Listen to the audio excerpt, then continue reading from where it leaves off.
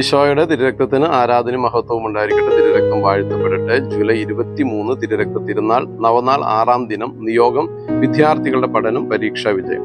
ഹെബ്രായർ 9:14. എങ്കിൽ നിത്യാത്മാവ് മൂലം കളങ്കമില്ലാത്ത ദൈവത്തിന് തന്നെ സമർപ്പിച്ച ക്രിസ്തുവിന്റെ രക്തം ജീവിക്കുന്ന ദൈവത്തെ ശുശ്രൂഷിക്കാൻ നമ്മുടെ അന്ധകരണത്തെ നിർജീവ പ്രവൃത്തികളിൽ നിന്ന് എത്രയധികമായി വിശുദ്ധീകരിക്കുകയില്ല.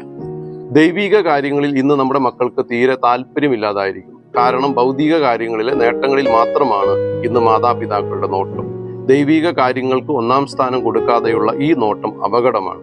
ദേവാലയത്തിൽ പോകാനും ബലിയർപ്പിക്കാനും കുടുംബ പ്രാർത്ഥന ചൊല്ലാനും ഇന്ന് നമ്മുടെ മക്കൾക്ക് നമ്മൾ എത്രമാത്രം പ്രചോദനം കൊടുക്കുന്നുണ്ട് എന്ന് ചിന്തിക്കണം.